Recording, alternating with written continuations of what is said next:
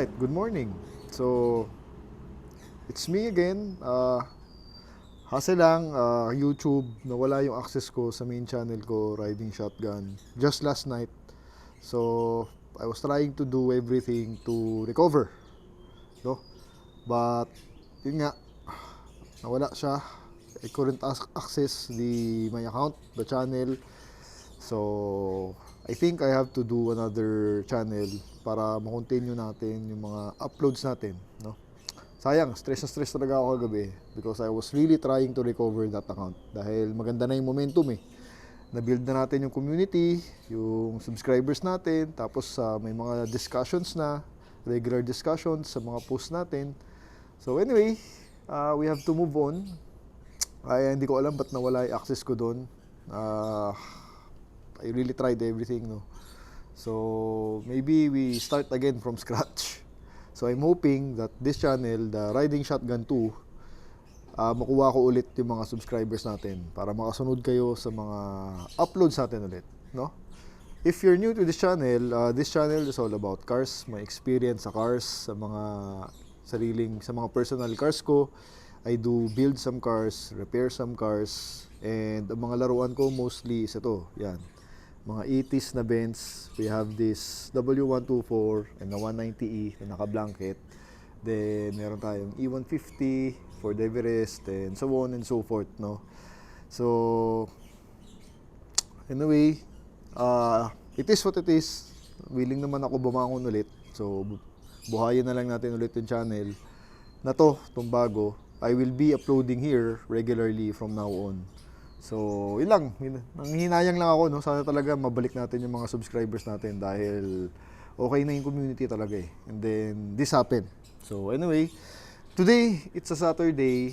Charlie is here. Charlie, if you don't know Charlie, siya yung in-house mechanic natin. Siya yung tumutulong sa atin to build all these projects here. Yan. So, actually, for today, dito tayo mag-focus sa 124 natin. If you do not know the story of this car, ililink ko na lang yung video na ginawa ko dito because I got this car just recently, 2 weeks ago, no? Dahil pininturahan natin yan. Kami lang ni Charlie nagpintura, DIY. So, kasi medyo binudget meal ko na to nung huli. Anyway, the full story of the car is there. So here, bumili tayo ng Bluetooth kasi wala pa siyang radyo. So this one, papaalis ko na to, hindi na natin gagamitin yan. Bumili kasi ako ng mga aftermarket na analog na mga gauges. So ibabalik na natin to dyan. Tapos we got the speakers. Dalawa pa lang ata meron, wala pa ako sa likod. Harap ata to. So para lang at least medyo nagagamit-gamit ko na kasi ito kasi I just got this back and I really want a radio, no? Para mas magmukhang sasakyan talaga sa loob, no? Anyway, I'm just waiting for Charlie. Tapos papakita ko sa kanya sa inyo yung build nito. So the focus for today is this one. Yung radio install and the brakes. Dahil yung foot brake nito sa rear hindi ko makagat. Mahina. So kung nakatingala yung coaching ganoon, bumababa siya mag-isa. So it's a foot brake yan. Here. Foot brake here. Tapos dito mo siya i-release. So papahigpitan ko sa kanya nun. Then kung may time pa, yung mga cladding na hindi pa nakabit, this one, yan. Sana makabit na natin, no? Tapos nung last week, yan, nakabit na natin yung mga door cards dahil dati wala pa to. Yan, nakabit na. Pati ito. Yan, ito nakabit na. Dati kasi nagsasag yan, so inayos na Charlie yung mga clips. And yung pillar. Ito, inayos na rin niya. Yung mga clip, patagal gawin, buong araw ginawa. Yan, so may pillar na. So kahit pa paano, mukhang sasakyan na talaga sa loob. Hindi na yung lasog-lasog, no? So marami na nangyari rin dito. Tsaka medyo nagagamit ko na siya. Paunti-unti, hindi pa full kasi pinakikiramdaman ko pa yung sasakyan. So malalapit lang na biyahe. Alright, so let's wait for Charlie. So Charlie won't make it today dahil may pinapatapos sa kanya yung boss niya dun sa shop nila. So bukas na lang, Sunday. Bukas na lang kami babawi. So just a final look of this 1985 Mercedes-Benz 124 manual with AMG body kits na pininturahan namin ni Charlie. DIY style. Kami lang. Fully restored. Unti-unti. So again, for tomorrow's job, we will be installing that Nakamichi Bluetooth dito para magkaroon na siya ng radyo, no? So yan, unti-unti na natin siyang nabubuo. And the bricks for tomorrow. So next on the list, actually, after yon, I think kakabit na natin tong muffler na yan. Dahil meron tayong biniling muffler dito, here AMG. Matagal na sa akin to. Nakuha natin from a Mercedes-Benz C63 AMG. Original yan, to. Yan. So, yan ang ikakabit natin dyan, no? That's next on the line. Alright, so, see you tomorrow. Alright, so before the day ends, no? Pagasan lang natin yung 190E natin. And may bibili na ako sa Shell. So, here is my 190E. I'll just link the video na ginawa ko dito para just in case you want to see what this car is all about, kung ano na yung mga nagawa natin dito, yan, mapapanood nyo if you want to see. So dito marami na tayo nagawa. This is a 1987 190E. Kinonvert na namin to carb from K-Jet Tektronic. It's 2.3 liter head block. Tapos, it's also converted to 5-speed manual. Ayan. I lost this one. Nawala. Problema, AMG pala yan. So, wala akong mahanap. Nakabili ako sa 124. Pero hindi kasya. Maliit. Kasi nga naka-flare siya. So, gagawin na lang ng paraan ni Charlie, our in-house mechanic, to make this fit, make it work. No? So, here's the car for you. Yan, ito gamit natin during weekends. So, first start. Pahanginan na rin natin kasi yung gulong nito may singaw to, may singaw yan, yung harap, yung dalawang yan. So, here is the interior. 5-speed conversion. We have 2 sets of keys kasi nasira tong ignition natin. So, pinalitan ko last week. Primer 2. Medyo start naman. Kailangan ko ka rin siyang iikot para ma-exercise, no? Itong mga coaching luma dapat ginagamit siya at least once a week because they are all mechanical moving parts. So I had this replaced aftermarket dahil when I converted back to down to a carburetor, wala na siyang ECU. So ECU delete. So yung original RPM niya nakadikit sa ECU, so namatay. I wanted an ECU, an RPM gauge. So nakabili na lang ako ng aftermarket. Nagkataon sakto pala niya, no? So yeah, palitan ko na rin yung muffler niya to AMG. Yan. So ito yung kotse, no? So pag bagong start minsan na ano siya, sinisinok ng konti. So gusto niya mainit-init muna ng makina para mas tumino yung minor din niya. So part of owning an old car, no? So sa Shell C5 tayo magpapagas. Sunday afternoon C5. Yan, medyo walang traffic. So masarap-sarap mag-drive. This car is very easy to drive. Manual 5-speed conversion. One of one in the Philippines with the car. No? Bago rin ang pressure plate, bago ang clutch. So magaan yung clutch niya. Kaya very very friendly. Here is Dunkin Donuts Levi's C5 pala. Shell, malaking Shell. Haba pila Dunkin. So dito tayo nagpapagas minsan. Just ordered my iced coffee. And papahangin tayo. Doon. Alright. Yan. Actually ito nagagamit na talaga. May aircon, bago compressor, may tint na rin. The works. So yun nga lang, sumisingaw yung hangin sa harap. So every 2 weeks kailangan natin malagwan. So Shell, magandang Shell, just Dunkin Donuts. Masarap yung ice coffee nila din. Alright, so mamaya after this one, down tayo ng 7-Eleven. Kailangan din akong bilhin. Then balik na sa bahay.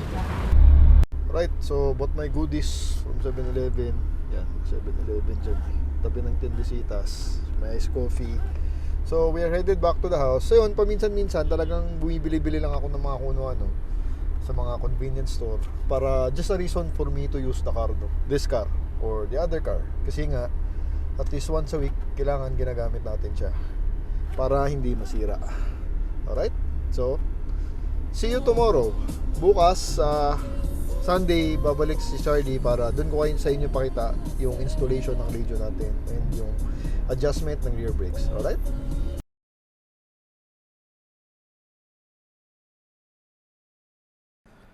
Good morning. So it's the following day, Sunday. Charlie is here, yung in-house mechanic natin. So sisimulan niya na tong 124 natin. Here is the engine. Engine ito is a M103 ang tawag. K-Jet fuel injection. Tapos inline 6. Yan. Matinong engine yan. Mabait yan. Hindi pumapalya masyado yan. So I forgot to mention, kakabitan din pala natin ng hood pad ngayon. Kasi may nabili pala akong hood pad dati. Hindi pa nakakabit. So ngayon ikakabit na natin. And ito. Punta natin si ito rin sana. Yung butas na to. Naiinsa ko eh. Nakikita ko kasi. So meron yan ito. Pero gagawin pa ng paraan. Kasi maliit. Kasi AMG skirt siya. So tingnan natin kung maaano niya. Ito si Charlie. Yan, in-house mechanic natin. Tapos yun yung hood pad na nabili natin sa mga reseller, sa groups. Mahal yan. Alam ko 4,000 yata yan, 3,000. Hindi ko matanda, matagal na sa akin yan. So, ngayon, nagkakabit na natin yan. Along with the radio and yung mga cladding kung umabot. Tapos, meron din palang problema to sa likod. Medyo basa. Ito, medyo basa dito. So may tulo siya. So hindi ko alam kung ito yan. Dahil kung nakita nyo, sira-sira. Punit-munit. So possible, pwede rin yan dyan. No? Alright. Ayan. Tinatanggal na yung analog gauge na binili namin dati. So delete na namin yan para mabalik na itong makakabit na sinamin Nakamichi dyan. Tapos dalawa lang speakers namin sa harap ata. Tsaka na ako bibili sa likod. Basta magkaroon. Ayan, siya rin nagkabit niyan eh.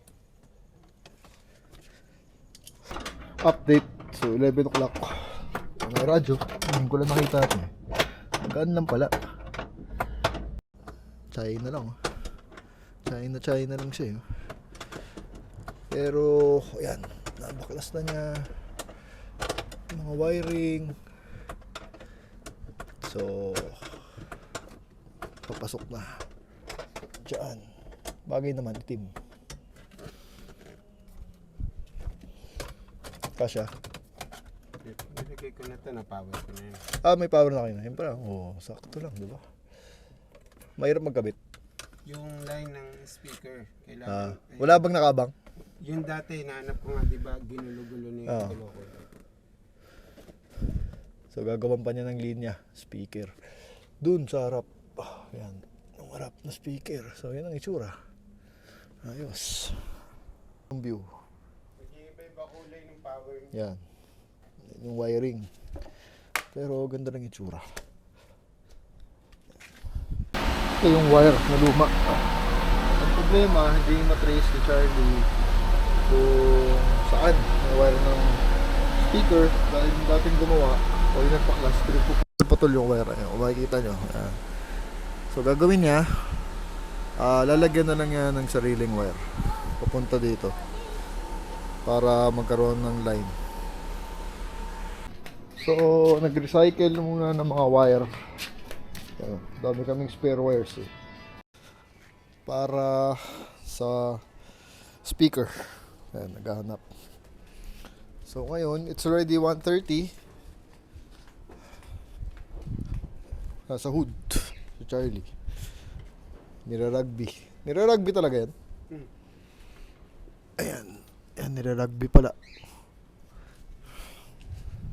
Tsaka malaking bagay yan yung hood pad. Mababawasan yung noise. Vibration and noise from the inside. Ito bihira kasi magkaroon to eh. Para sa stock for 124. Kaya yung nagkaroon, may nagbenta. Shout out Evelyn. Binili ko na. Hindi ko matandaan kung 3,000 o 4,000. Pero somewhere that price range. Ayan. So it's 3 o'clock. Nakabit na yung hood pad. Ito. Oops. Yan. Yan. May hood pad na. Yan. So, ni-rugby. Nakakabit na. Here's the engine. Tapos yung steering fluid kulang. Papalagyan na rin natin. Kasi umiingay. So, yung speaker pala. Yung nabili pala nating speaker. Here's the car again. Likod. Pang likod pala yun. So, yung harap. Wala. So, sa likod pala yung mangyayari. So, nalagyan niya na naman na ng linya. Ayan. Pangharap. Ito yung speaker sa pangharap. Pero, ito yung stock. Pero punit-punit na. So, kailangan bumili ng pangharap. So, yung malalagay ngayon is pang likod. Sabog-sabog pa rin siya. Ito. Ayan. Nakalikod na. Ayun. Nakalikod. Panglikod pala yun. Ito. Ayan. So, here is the situation ng wiring. Ganun pa rin. Makalat pa rin. Pero at least may wire na. Alright? Yung mga wiring natin. Second hand. Galing sa mga surplusan. So, naghahanap siya ng maganda-gandang wire na panglikod. Likod gagawin mo ngayon, no? Ginawa mo sariling linya. So, ginawa na lang ng bagong linya. Hindi na mahanap yung luma, eh. Ayan. It's 3:40. Meron na tayong radyo. Nakakabit na yung likod. Gumagana na. May power na. May sounds na. Ito, maandar yung kotse natin. Ayan. Maandar siya. Yun, no? Oh. Maganda. Blue. Blue, pwede ka pumili ng color. Ito, nabili lang natin sa Shopwise. Sa Shopee yan, 3,800 data. Gusto ko sana yung Pioneer, kasi Pioneer boy ako. Pero nasa 5,000 yung mga single din nila eh. So, nagtipid na ako ng konti. Nakamichi, okay rin naman na brand yan. Tapos maganda siya, madali i-set up. Na-set up ko siya agad, tapos kumabit naman agad yung Bluetooth natin sa Samsung. Madali mag-pair. Konti pa lang. 20. Yan. Maganda yung sound niya. Tapos yung ito, pang likod na speaker yan, na-trace na rin niya yung original na wiring. Mas maganda yun. So, ayan. Tapos may graphics pa. Oh, ayan, may graphics. I'll share the link of this radio to you. Ayan, meron na. Alright, very happy. May radyo na tayo. So, pwede na siyang gamitin, no? Kasi nabibisit ako sa kotse pag walang radyo. Narinig ko lahat ng kalansing. Pag ito, at least, pwede natin takpan yung lakasan para hindi marinig yung driver.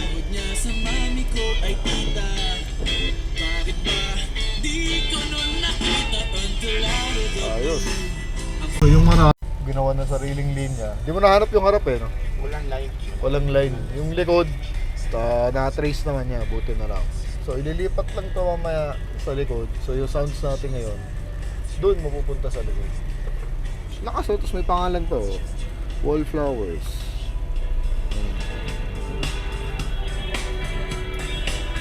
19 pa lang yan. 19. Ayos. Almost 5 o'clock. Naka-set up na sa likod. Ganda ng tunog. Yo. Right? Ganda. Lakas oh. Layo dito. Ito kasi naka-Pioneer. Iba pa yung nag-install. Yung dating gagong mekaniko pa. Yan. Pioneer binili ko dyan. Ito mga 5,000. Pero mahina to. Mahina yung output. Kailangan naka 38 volume ka para to satisfy your needs, no? Ito ang layo. Ito 13 pa lang. 10. Lakas. I'm so happy with the performance of Nakamichi. Ito. Yan. So that's the car for you. Nakamichi. I love you. So, two things successful, yung hood pad, the radio, and then yung third, yung foot brake. Yan, yung foot brake. Kasi hindi ko makagat. So, pag nakaslant, bumababa mag-isa. So, hindi ko siya magamit. Kasi kung ang parking nakatingala, bumababa mag-isa. So, yun yung susunurin ni Charlie. Ayos. Time check, 9 o'clock ng gabi. Inaayos na Charlie yung goma sa gilid. Yung suspected na tulo namin ng ulan.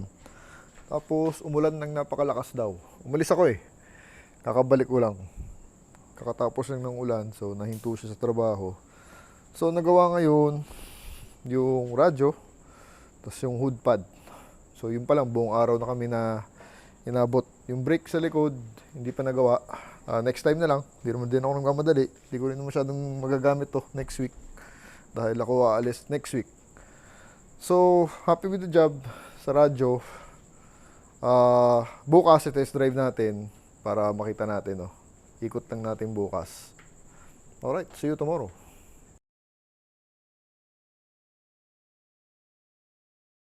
Maulang Monday. Good morning. It's 9 o'clock and it's raining. May bagyo ata. Bagyong Enting. So the car is here. Nabasa na naman yung likod. Ayan. So,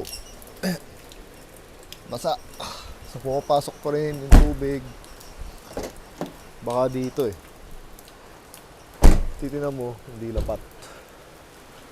So anyway, first start. Let's go for a spin. Yan. First start. Maulan-ulan.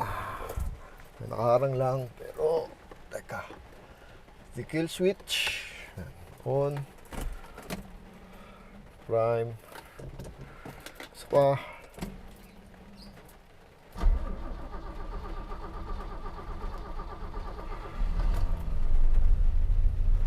So I'm wondering saan kaya yung tulo. Baka dito eh. Kasi may mga marks ng basa. So let's see. Alright, paalis na natin yung coaching yun. So anyway, we have the radio on. Yung nagawa kahapon. Let's try the remote. Nakamichi.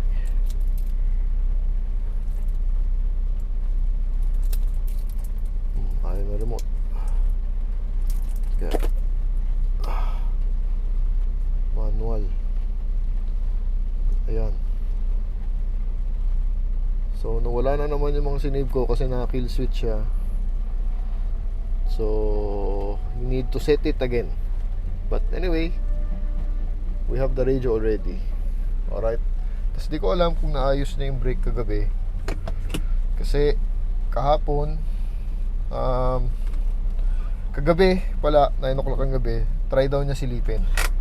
So hindi ko alam kung na-adjust o hindi. So hopefully, no. Alright. So dito ata pumapasok yung tubig. So may bakas. Kasi yung goma hindi lapat. So malamang ito yun. So dumidiretso dito. Ayan. Dito siya namumuko. Namamasa. Pero dito wala naman masyado. Ayun, konti. Meron din. No? So hassle. Tingnan natin paano. Yan. So Anika is here, my daughter. Oh, hello, say hi. So let's test drive the 124. Yan, may radyo na tayo. Daddy, what's this? So the radio is working really well. Ganda nang nakamichi. 12 pa lang. What's this, Dada? Daddy, what's Malakas, this? no? So mamaya, What's this tingnan natin one? kung Daddy, yung brake. what's this? Let's what's this? see, remote. Liwan mo lang dyan. Yan. Remote. So, testingin natin yung foot brake din. Naayos ako. Hindi ako sure. So, the alignment is really bad. She's dancing to the left. Daddy, what's red? Ayan. Nakasumatak kaliwa. Sweat? Yeah. Yeah, it's wet. Kasi may tulo. Need to fix pa. Ayan. So, let's just go around the village. Testingin natin. Radyo lang. Why Chinese go home now? May Bluetooth na rin yan. Dada, why Chinese go So, home now? uwi na siya. Late na siya umuwi kagabi. Because of the rain. brake check. Here we are. Naka-uphill tayo. Foot brake. Aba? Ayan, she's stopping. Baka naayos na Charlie. Sabi niya kasi kahapon, baka mabilis ang gawin dahil in the middle, nagmi-meet daw yun sa ilalim. So, konting adjustment. So, ayan. We're moving. Foot brake, check. Ayun. Mukhang naayos nga niya. Mukhang malakas na. So, pwede na siyang i-drive na, i-park ng medyo nakatingala. No? So, the aircon is really, really cold. Well, it's ano kasi, yung tawag dito, it's raining. So, malamig talaga siya. Pero kahit hindi naman, malamig naman yan. And the ride is really good. It's really nice. The ride, not that fast. The car is not that fast. But it's really fun to drive. Very easy to drive, no? So, okay. Let's head back home. So, comparing to the 190e, no? The 190e is much faster. Much lighter kasi yun, eh. Ito naman kasi mas bigger body. But, she's slow, this car. O, sanay lang ako dun sa 190. Pero, chill naman yan. Second gear, 5-speed manual to.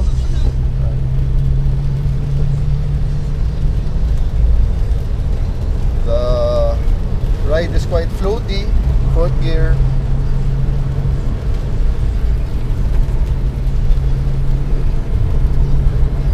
We are on fourth gear. Fifth gear. Yeah. Alright. More driving shots here in Corinthians. Fourth gear. Sarap naman siya i-drive. Relaxing also to drive. Yun nga lang, we need the alignment so bad. She's pulling from the left. One rainy Monday morning. Fifth gear. There. Alright, so we are back home. Nasa village na tayo. Anika with me. So, that's the vlog for today, no? So, again, this is video 0, ground 0, video number 1 on the second channel. So, I hope mahanap ko ulit lahat ng subscribers ko. So, I hope you continue the support. Yeah, that's it. This is my 124 restored. So, i-link ko ulit yung video nito para makita nyo yung history niya, yung story niya. I built this car from scratch, bare metal. So I bought another car to build this one. So maraming story na nangyari dito sa coaching to.